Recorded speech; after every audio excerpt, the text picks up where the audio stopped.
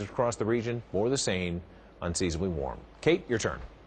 Well, Reynolds, guess what? Flu season is already here. It's rough already this year, and the CDC says that we're in the middle of a flu epidemic with the virus being widespread in most states. And the scary part is that apparently this year the flu shot is only 23% effective. So how can you keep yourself healthy and safe? We have Dr. Sandy here, of course, with some of the best pointers that we can possibly get, because people have kids, you have elderly neighbors and friends, and we need to take care of all of them. How are we an advocate for that? What can we do? Well, the first thing, everyone 6 months and older should get a flu shot every year. 6 months you can get one. Right, yes. But the tricky part this year is the circulating strain that's predominant is an H3N2, and it's not covered in this year's vaccine. So that means even if you get vaccinated, you could still get sick. Is that one more severe? Like, are your symptoms going to be more severe than your typical strand that you see? If history repeats itself, yes.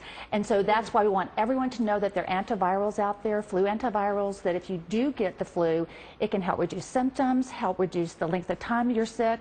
It could keep you out of the hospital and could save your life. And there's a group of people. That's huge. Very huge. So there are tablets, the Tamiflu, there's an inhaled powder, Relenza, and there's also a new IV medication that usually would be used only in the hospital. Right. But if you're at high risk, you really need to know about these and call early. So who would be high risk? Well, anyone over 65, Okay. children under 5, especially those under 2, pregnant women, very important for pregnant women not to get flu. Also people with medical conditions, diabetes, heart problems, lung problems, and anyone with immune system problems, and of course anyone who's in a nursing home or some sort of chronic care facility. Well, not everyone's at the highest risk, but everyone should get a flu shot.